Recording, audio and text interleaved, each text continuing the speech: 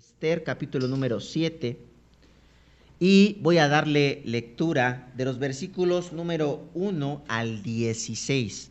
Esther 7, del 1, al 10, y después me voy a saltar al 8 y voy a leer del 13 al 16. Repito cómo va a ser la lectura. Esther 7, del 1 al 10, de ahí voy a parar, me salto hasta el 8 y voy a leer solamente los versículos 13 al 16. Vean lo que está pasando. Hemos visto, ¿verdad?, un poco acerca del libro de Esther y hemos dicho una cosa que debe de estar presente en nuestros corazones, ¿verdad? Hemos dicho que en el libro de Esther no se menciona a Dios, pero esto se hace con un objetivo, ¿verdad?, con un propósito. El que no se menciona a Dios no significa que Dios no esté, sino que Dios está trabajando. Ese es el propósito y eso es lo que estamos descubriendo, cómo nosotros a veces pensamos que Dios no está, pero realmente está ahí. Entonces, vean lo que dice la palabra del Señor. El rey Amán fueron al banquete de la reina, el rey y Amán fueron al banquete de la reina Esther. Y al segundo día, mientras brindaban, el rey le preguntó otra vez: dime qué deseas, reina Esther, y yo, fíjense lo que dice, te lo concederé. ¿Cuál es tu petición? Aun cuando fuera la mitad del reino, te lo concedería. Entonces Esther, dice la palabra del Señor, le respondió: si me he ganado el favor de su majestad y si le parece bien, mi deseo es que me conceda la vida. Que no le conceda la vida. Mi petición es que se compadezca de mi pueblo, porque a mí y a mi pueblo se nos ha vendido para exterminio, muerte y aniquilación. Si solo se nos hubiera vendido como esclavos, yo me habría quedado callada, dijo Esther, pues tal angustia no sería motivo suficiente para inquietar a su majestad. El rey entonces le preguntó: ¿y quién es ese que se ha atrevido a concebir semejante barbaridad? ¿Dónde está? El adversario y enemigo es este miserable de Amán, respondió Esther. Amán, dice la palabra del Señor, quedó aterrorizado ante el rey y la reina. El rey se levantó enfurecido, dejó de beber y salió al jardín del palacio. Pero Amán, dice la palabra del Señor, dándose cuenta de que el rey ya había decidido su fin, se quedó para implorarle a la reina Esther que le perdonara, ¿qué dice ahí? La vida. Cuando el rey volvió del jardín del palacio a la sala del banquete, Amán, dice la palabra del Señor, estaba inclinado sobre el diván donde Esther estaba recostada. Al ver esto, el rey exclamó: ¿y todavía se atreve a violar a la reina en mi presencia y en mi casa? Tan pronto como el rey pronunció estas palabras, cubrieron el rostro de Amán, y Jarbona, uno de los eunucos que atendía al rey, dijo: hay una estaca de 25 metros de altura junto a la casa de Amán. Él mandó colocarla para Mardoqueo, el que intervino en favor del rey. Y vean lo que dice el rey: cuélguenlo en ella. De modo que colgaron a Amán en la estaca que él había mandado a levantar para Mardoqueo. Con eso se aplicó la furia, ¿qué dice?, del rey. ¡Wow! Y vean lo que pasa un poco después, lo que está pasando. Versículo número 13, Esther 8. Después de que pasó esto, en cada provincia se emitiría como ley una copia del edicto y se daría a conocer a todos los pueblos. Así los judíos estarían preparados ese día para vengarse de sus enemigos. Los mensajeros siguieron las órdenes del rey, salieron de inmediato montando veloces corceles. El edicto se publicó también en la ciudadela de Susa. Mardoqueo salió de la presencia del rey vistiendo ropas reales de azul y blanco, una gran corona de oro y un manto de lino fino color púrpura. la ciudad de Susa estalló. Vean, después de que todo parecía un desastre, la ciudad de Susa estalló en gritos de alegría para los judíos. Aquel fue un tiempo de luz y de alegría, júbilo y honor. Una historia que parecía un desastre, ahora era una historia llena realmente de alegría. Y hoy en esta mañana quiero comenzar con una pregunta, yendo a lo más profundo de tu corazón. ¿Piensas que Dios es justo? Piensas nuevamente, quiero que seas muy honesto. ¿Realmente tú piensas que Dios es justo? Las personas, amigos, así es, Gustavo, las personas no creemos que Dios es justo, sino todo lo contrario. Las personas cristianas y no cristianas, a veces creemos que Dios es injusto. Pensamos que el Dios del Evangelio desampara a las buenas personas y que guarda una actitud pasiva ante la maldad humana. Esa es más o menos la perspectiva que tenemos de Dios. Nos llenamos de profunda tristeza y de desesperación al ver cómo las personas malvadas que están cerca de nosotros prosperan. Por ejemplo, es muy difícil para nosotros ver cómo los políticos son tan corruptos, pero a pesar de que son tan corruptos, nosotros vemos que tienen vidas realmente muy agradables, están viajando todo el tiempo, vemos a sus familias felices, los vemos sin preocupaciones, y eso a veces nos llena de furia y decimos, Señor, ¿por qué tratas de esa manera así a los políticos y a mí no me tratas de esa manera? Cuando vemos, por ejemplo, asesinatos como el último que se dio en los Estados Unidos, donde esta persona mató a miles de niños. Y no solamente esta persona, sino vemos muchos homicidios, genocidios. Y a veces también vemos que esas personas, ¿sí?, no reciben su merecido. Y nosotros estamos tan llenos de furia al ver esto también. O ver, por ejemplo, también cómo a ladrones, cómo a violadores, no hay justicia en ellos. Ver cómo hay padres que abandonan a sus hijos y a pesar de que los abandonan, les va bien en la vida. Ver cómo a nuestros vecinos que son no creyentes, realmente les va de maravilla, mejor que a nosotros. Ver cómo a nuestros amigos, cristianos o no cristianos, que no tienen una buena moral como nosotros, también les va tan bien. Esto hace que reiteradamente cada uno de los que estamos aquí pensemos, ¿por qué Dios no es fiel conmigo? ¿Por qué me trata a mí tan severamente? El creer, amigos, que Dios es injusto genera una actitud de desconfianza en Él, una actitud de decepción que muchas veces termina en una actitud de ateísmo. Cuando tú ves que el Señor no te está contestando, cuando tú ves que el Señor no está obrando de las maneras que tú piensas que son las correctas, entonces tu corazón se empieza a llenar de desconfianza, empiezas a pensar que el Dios del Evangelio no es tan bueno como parece, empiezas a pensar que el Dios del Evangelio no es tan poderoso como dice de ser, y entonces esto provoca que mucha gente cristiana abandone el cristianismo, o que muchas personas ateas reafirmen que realmente Dios no existe. Entonces, hay algo muy importante que decía un autor llamado C.S. Lewis, que me llama mucho la atención. Él decía, el mal es el arma más potente para afirmar que Dios no existe. Fíjense bien, este autor decía, el mal es el arma más potente para afirmar que Dios no existe.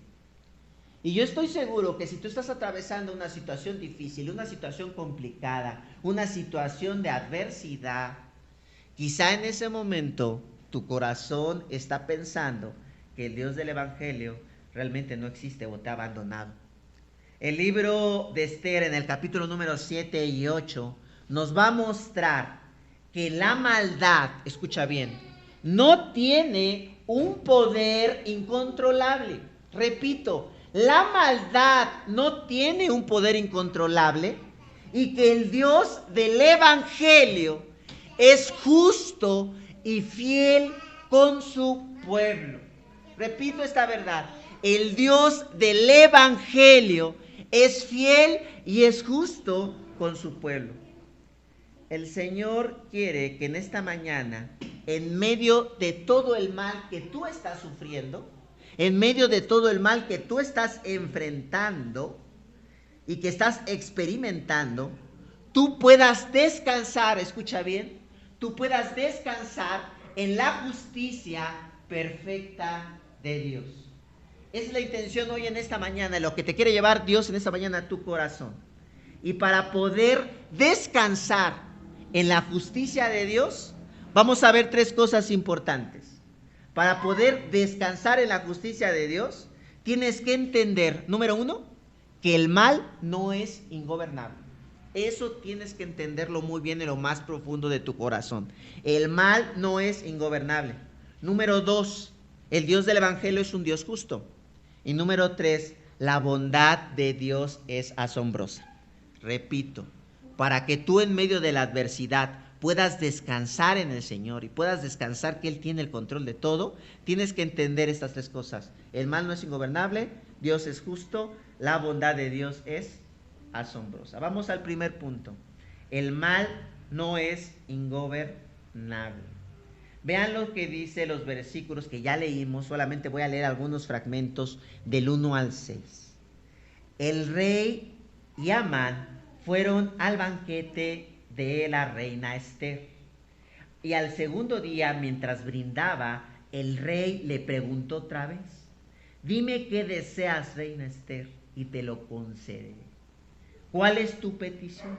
Aun cuando fuera la mitad de tu reino, te lo concedería. Esther respondió: si me he ganado el favor de su majestad y se le parece bien, mi deseo es que me conceda, ¿qué dice ahí? La vida. Mi petición es que se compadezca de mi pueblo, porque a mí y a mi pueblo se nos ha vendido para exterminio, muerte y aniquilación. Hasta ahí todo el panorama es oscuro. Pareciera ser que el mal no tiene límites. Pero vean lo que sigue diciendo Esther: si solo se nos hubiera vendido como esclavos, yo me habría quedado callada, pues tal angustia no sería motivo suficiente para inquietar ¿a quién? A su majestad. El rey le preguntó: ¿y quién es ese que se ha atrevido a concebir semejante barbaridad? ¿Dónde está?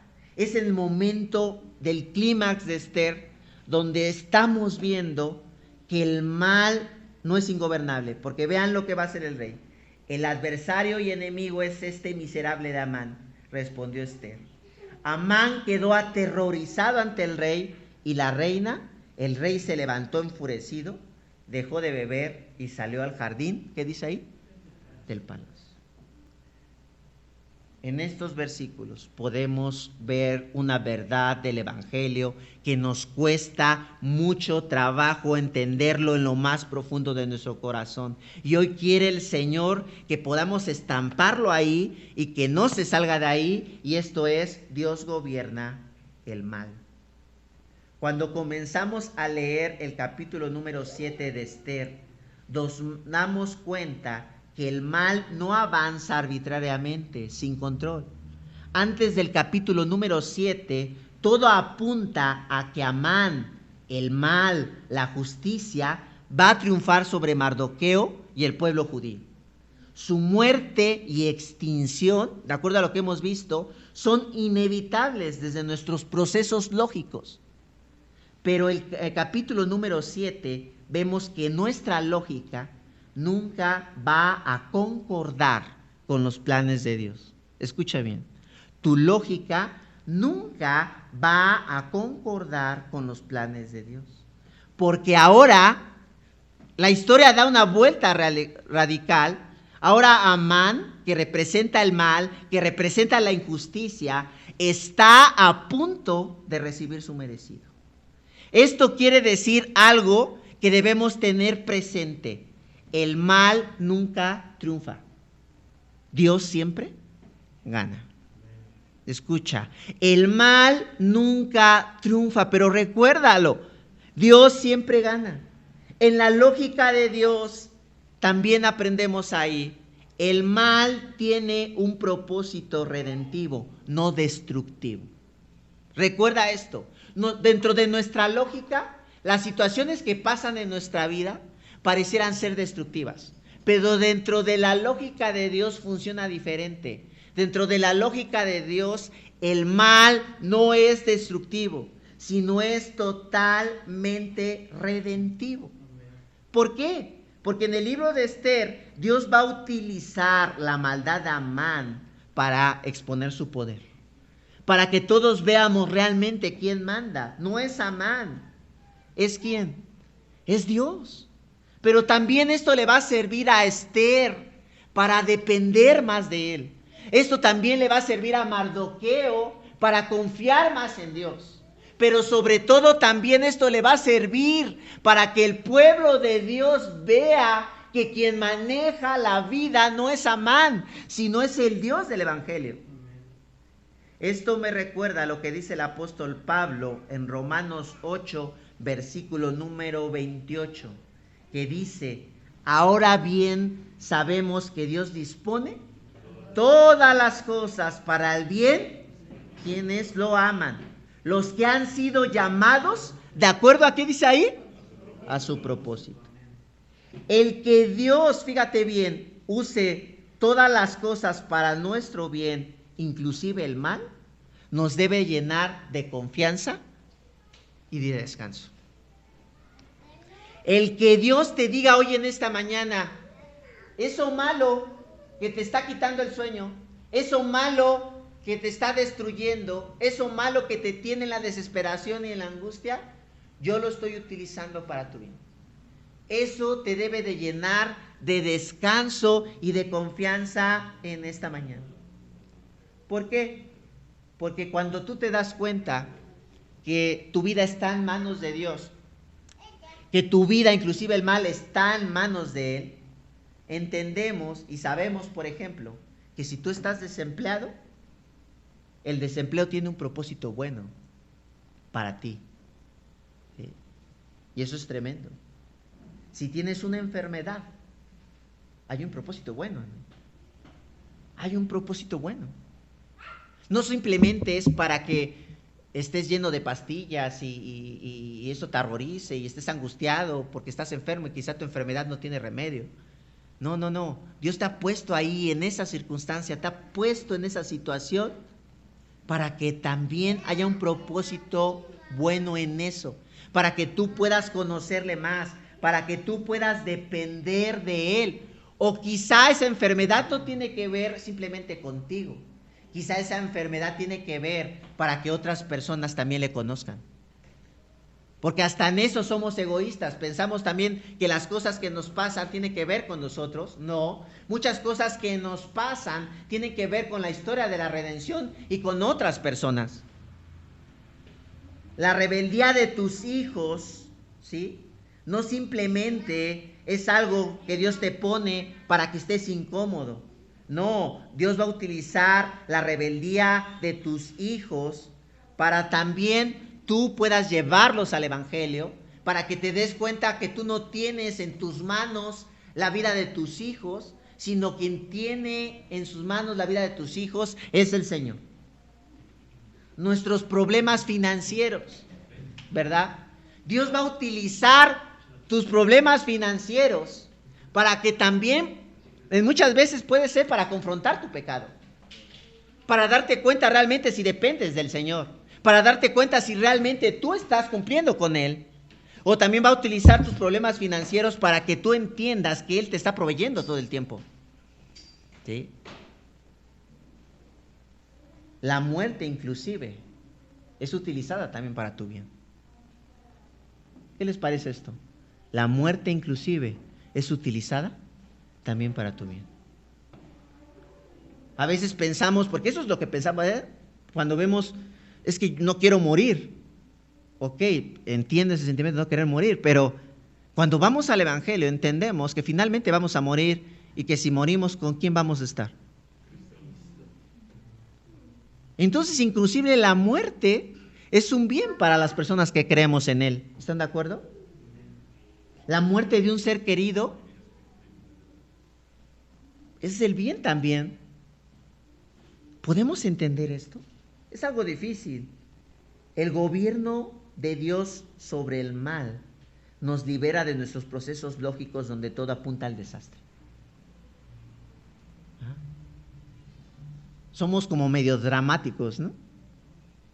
Bueno, yo soy muy dramático. Cuando pasa algo, así como que digo, no, esto ya no tiene remedio y empiezo así a manejarme el peor escenario oscuro, tétrico, ¿no? Así cuando veo que, por ejemplo, hace 8 días me dijeron, vinieron nada más 10 personas a la iglesia y yo aquí ya diciendo, no, pues ya todos van a abandonar la iglesia, nada más me voy a quedar con Josa y no vamos a ver qué vamos a hacer más, ¿no? Tampoco viene. Pero no, o sea, realmente te das cuenta y profundizas y dices, a ver, ¿qué está pasando? Dios tiene el control de su iglesia y está bien, ¿no? Pero así somos, ¿no? Empezamos siempre a hacer de algo muy grande. O a veces sí hay cosas realmente muy grandes que dices, no más, no puedo más, pero creo que el Señor hoy nos está diciendo, descansa en mí. Recuerda que yo estoy gobernando en esto. Es más, en vez de alejarte, ven a mí, porque ¿qué pasa cuando sucede algo horrible en nuestra vida? ¿Qué es lo que hacemos primero? Nos enojamos con Dios, nos alejamos. Pero es todo lo contrario, venir a Él y a ver qué quieres de mí. ¿Qué propósito tienes con esta situación adversa? ¿Qué tengo que cambiar? ¿Sí? A veces tiene que ver con tu pecado, a veces no, ¿verdad? Pero siempre tienes que preguntarte, a ver, ¿esto tiene que ver con mi pecado? No tiene que ver con mi pecado, pero quizá tiene que ver también con conocer más a Dios, con conocer su omnipotencia, su omnipresencia, su omnisciencia y conocer todos los atributos de Él. Ahora, no es fácil aceptar esto. Al respecto, un teólogo llamado Juan Calvino dijo lo siguiente, y ahí aparece en pantalla: el vivir bajo la lógica de Dios implica reconocer nuestra ignorancia. ¿Sí? Vivir bajo la lógica de Dios implica reconocer nuestra ignorancia. A veces Dios nos ve sufriendo, ¿verdad? No sé, yo recuerdo una historia de mi vida muy fuerte. Voy a aprovechar que no está mi esposa y que no están grabando. Sí están grabando. Ya me metí en problemas. Pero yo recuerdo que antes de conocerla, 2 meses antes, yo había salido de una relación de noviazgo muy, muy fuerte, me destrozó la vida y entonces, así como soy de dramático, no, pues ya voy a quedarme solo. Ya me estaba cortando casi ahí con un pepino, mis venas. Pero realmente era muy fuerte para mí. Era algo que me estaba destrozando. Y yo creo que el Señor me vio y se ha de haber reído, ¿no? Así como que, bueno, entiendo tu dolor, pero mira lo que va a pasar más adelante, ¿no? Hoy me dio 2 meses, 3 meses después de conocer a mi esposa, y yo le doy muchísimas gracias porque me liberó de esa relación que quizá me hubiera destruido. Me protegió, ¿no? Y entonces digo, gracias Dios por esta parte, o sea, tengo que reconocer mi ignorancia. Hoy el Señor nos llama a reconocer nuestra ignorancia. ¿Puedes reconocer que eres un ignorante delante de Dios? Hoy el Señor confronta bien fuerte tu corazón y tienes que confiar en que está gobernando tus situaciones difíciles. ¿En qué situación de tu vida tú te crees más inteligente que Dios? Piensa. ¿Por qué estás enojado con Él? ¿En qué le dices, Señor, podrías hacer esto? Pero hoy el Señor te dice nuevamente, no, tú eres un ignorante, ve lo que voy a hacer. ¿No?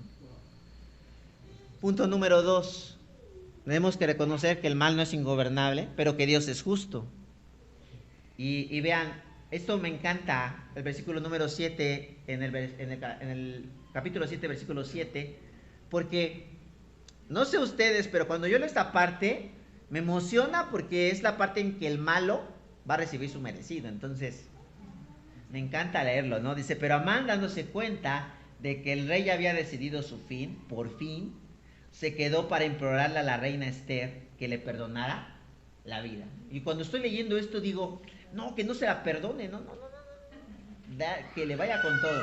Cuando el rey volvió del jardín del palacio a la sala del banquete, Amán estaba inclinado sobre el diván donde Esther estaba recostada. Al ver esto, el rey exclamó, ¿y todavía se atreve a violar a la reina en mi presencia y en mi casa?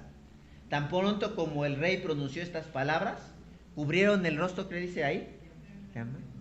Y Jarbona, y uno de los eunucos que atendían el rey, dijo, hay una estaca de 25 metros de altura junto a la casa de Amán. Y dices, wow. Él mandó colocarla para Mardoqueo, el que intervino en favor del rey. ¿Y qué dice el rey? Cuélguenlo. No sé, esto realmente lo puedes disfrutar. De modo que colgaron a Amán en la estaca que él había mandado a levantar para Mardoqueo, y con eso se aplacó la furia del rey. Wow. Nadie sabe para qué trabaja y dices, wow, qué bueno, ¿no? Yo conozco a varios Amán que me gustaría que los colgaran ahí en una estaca, porque se lo merecen, ¿no? No piensan en alguien, piensen en una persona que detesten. Ahí les gustaría que estuviera, ¿no? Pero vean, el Dios del Evangelio responde con furia hacia el mal. Vean lo que nos está diciendo esta palabra, esta parte bien importante. El Dios del Evangelio responde con furia hacia el mal. La furia del rey Asuero ante la injusticia de Amán, ante su maldad, apunta hacia la actitud que tiene Dios. O sea, el rey se molesta, se enoja por lo que estaba pasando. Pero esa actitud, el libro de Esther no solamente es, ay, qué bueno se enojó el rey. No, es para que veamos también la actitud que tiene Dios hacia el mal. El Dios del Evangelio, el verdadero rey, no es indiferente ante la maldad de las personas, sino que todo lo contrario, responde con toda su ira ante la iniquidad humana. ¿Qué les parece? ¿Les gusta escuchar esto? ¿Les gusta escuchar a este Dios que odia la maldad, que odia el pecado? No es un invento mío. Esto está a lo largo de la historia de la redención. Por ejemplo, me recuerda esto mucho lo que dice Números 32:13, cuando el pueblo desobedeció a Dios. Vean lo que dice Números 32:13. El Señor se encendió, ¿qué dice ahí? De ira contra Israel y los hizo vagar por el desierto, ¿cuántos años? 40. Hasta que murió toda la generación que había que pecar. Entonces Dios tiene una actitud mala hacia la maldad. La intervención de Dios con su ira ante la maldad de las personas nos llena de tranquilidad. Nos debe de llenar de tranquilidad, ¿no? ¿Qué va a pasar con aquellas personas que oprimen a los débiles, que oprimen a los pobres, a los políticos que son corruptos? ¿Van a recibir su castigo? ¿Una persona que violó a un niño va a recibir su castigo? Una persona, ¿sí? Un padre que no se arrepiente, que abandona a sus hijos, ¿va a recibir su castigo? ¿Sí? Cuando leemos el versículo 10, donde Amán va a ser ahorcado, repito, nos llena de satisfacción, de alegría, hasta la piel se me pone chinita de la emoción. Es como cuando vemos una película y el malvado es aniquilado, ¿no? Lo disfrutamos tanto, ¿no? ¿Qué implicaciones entonces, amigos, en esta mañana quisiera preguntarles, tiene para nosotros reconocer que Dios actúa en contra del mal? O sea, ok, entiendo que el mal va a recibir su castigo. ¿Qué implicaciones tiene para nosotros? El reconocer que Dios es justo, escucha bien, nos libera de nuestros deseos de venganza. Porque tenemos esperanza que va a tomar control. Así es. Pero entonces, ¿qué quiere decir si tú estás lleno de venganza? Porque hay muchas personas que somos así, o sea, llenas de venganzas hacia todas las personas, ¿no? ¿Qué significa que tú estés así como que lo tomes así todo? Y no quiero decir que no levantes la voz, por ejemplo, contra el gobierno, no, dilo. Pero puede llegar a tu reproche hasta un grado de de vengarte, pero no centrado en el Evangelio. ¿Qué significa esto? Significa realmente que no estás confiando en Dios. Porque Dios les va a dar su merecido. Tarde o temprano. ¿Sí? El reconocer que Dios es justo, entonces nos nivela de nuestros deseos de venganza. El Señor le dará su merecido a quienes nos han tratado injustamente. ¿Cierto o no?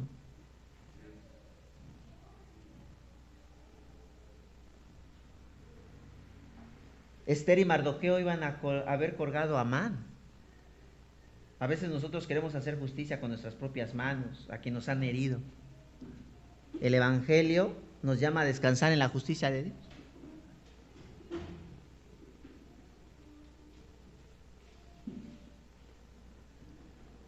Dice Romanos 12:19, no tomen venganza, hermanos míos, sino dejen el castigo en las manos de ¿quién? Porque está escrito, mía es la venganza, yo pagaré, dice el Señor. Esto es liberador. Piensen, porque yo sé que muchos de ustedes, yo mismo, he sufrido la opresión de personas que me han hecho daño. Muchos de ustedes desconozco, ¿verdad? Quizá sufrieron abuso sexual desde pequeños y no lo han exteriorizado. O no lo han querido decir por temor y piensan que Dios no estuvo ahí. Pero esta parte es liberadora porque me ayuda a entender que el Señor es justo y no va a dejar sin castigo esta situación.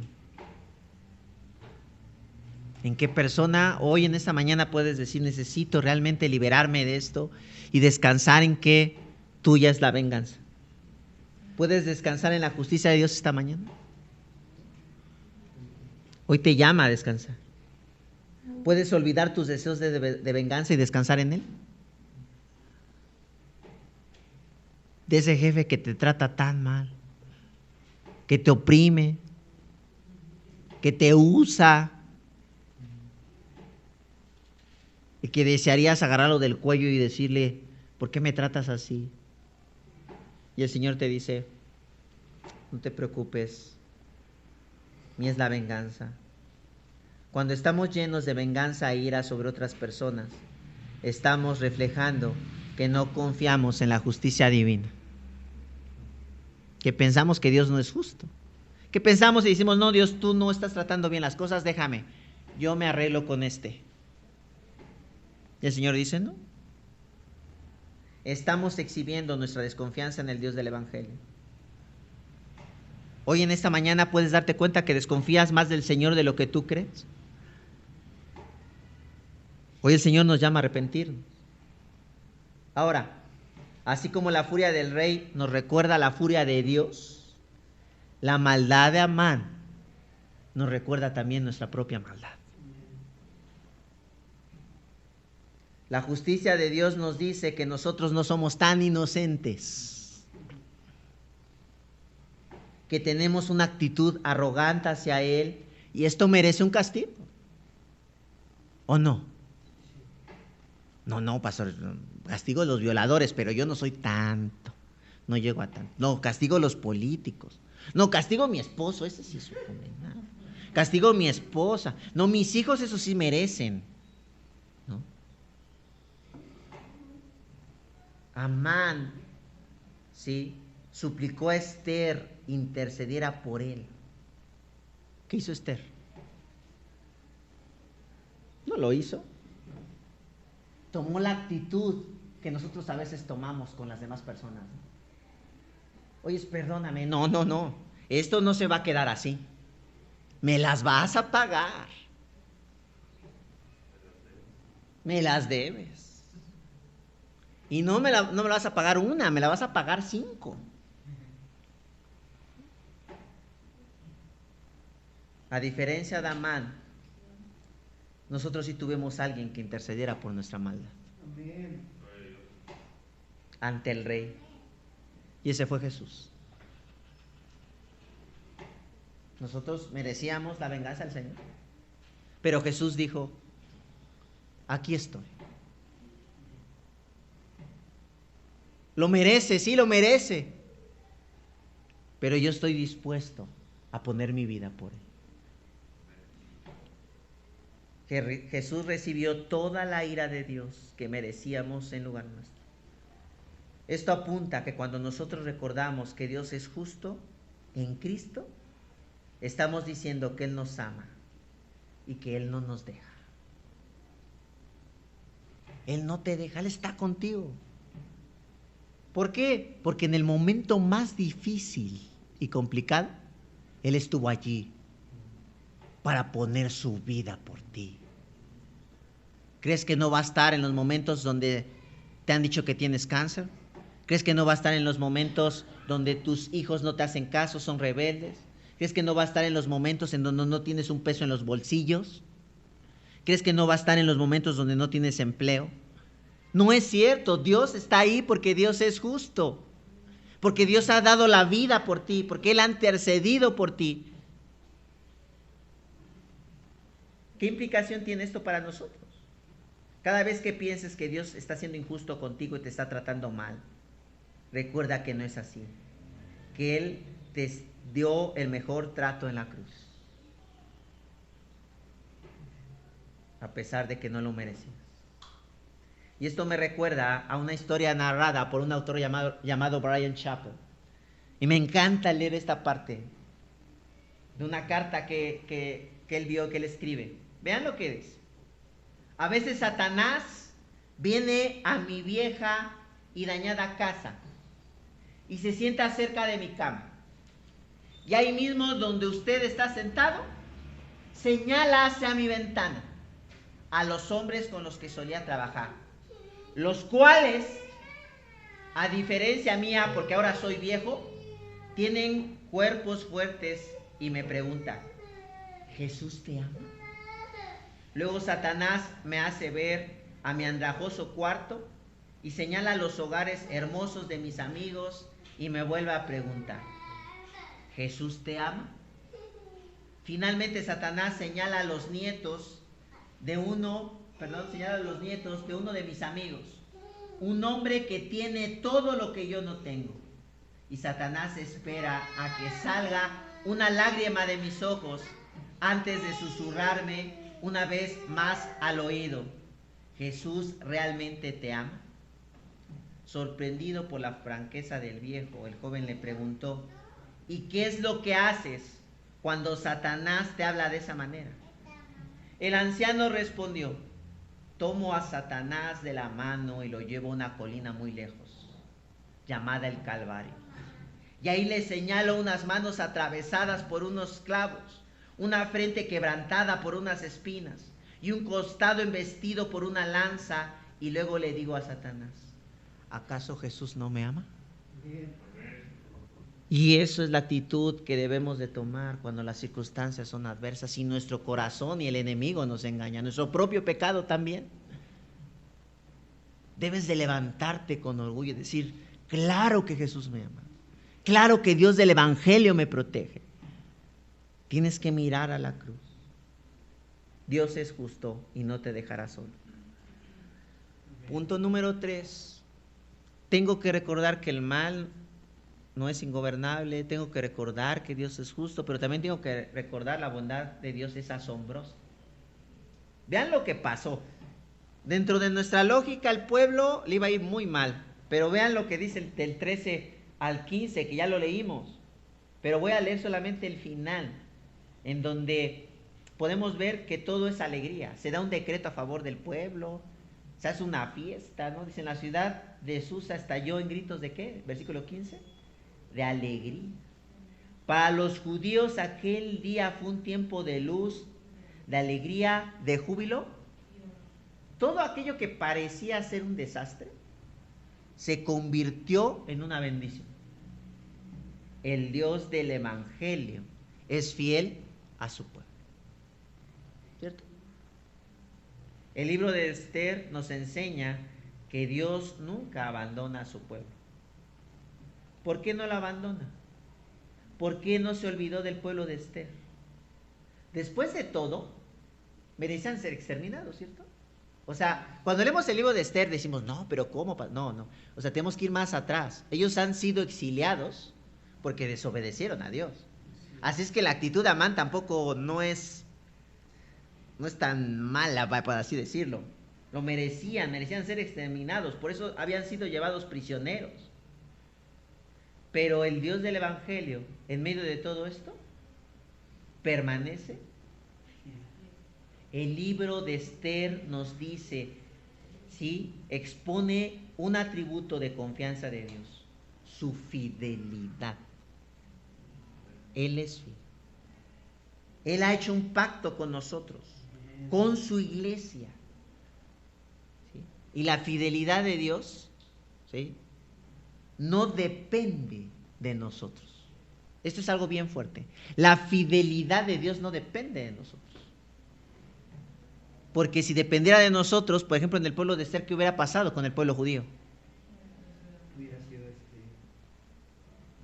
Sin embargo, ¿sí?, Dios es fiel. ¿Sí? Dios está ahí. Y Dios bendice al pueblo de Esther a pesar de su desobediencia. La pregunta fuerte aquí es, ¿qué significa esto? ¿Que no vamos a ser fieles a Dios entonces? ¿Que vamos a desobedecer a Dios? Al fin y al cabo es fiel. ¡Qué padre! Él no nos falla. No, es todo lo contrario. El que Dios sea fiel a pesar de nuestra infidelidad nos debe llenar de vergüenza. Nos debe de mover a amarlo más, a buscarlo, a dejar nuestro pecado. O sea, ¿cómo yo siendo así, tú me sigues amando? ¿Cómo siendo así, cómo a pesar de que me enojo contigo, cómo a pesar de que soy desobediente, cómo a pesar de que soy corrupto, cómo a pesar de que soy orgulloso, cómo a pesar de cómo soy, tú me sigues bendiciendo, tengo a mi familia, tengo salud, ¿sí? Tengo comida. ¿Cómo tengo una iglesia donde reunirme? ¿Cómo a pesar de todo eso yo no voy a ser fiel contigo? ¿Quién es este Dios que es tan bondadoso con nosotros a pesar de nuestro pecado? Esa es la pregunta que nos hace Esther en el capítulo 7 y capítulo número 8. ¿Quién es ese Dios que nos ama a pesar de cómo somos?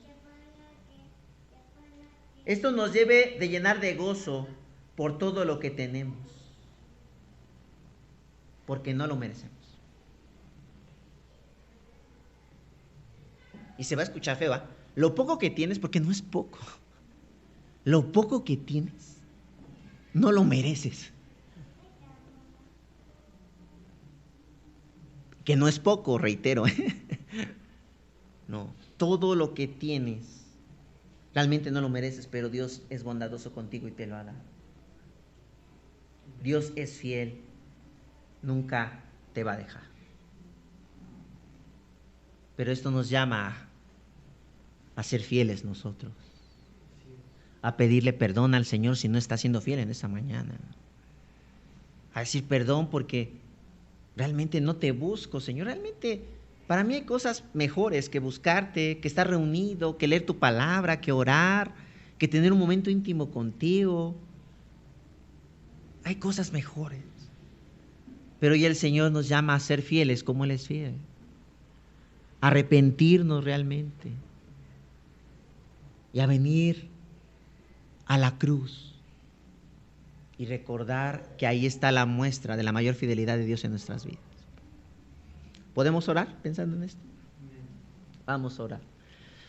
Señor, gracias por la oportunidad que nos das de estar aquí. Señor, queremos descansar en tu justicia. Ayúdanos a entender que el mal tiene límites. Ayúdanos a entender tu justicia.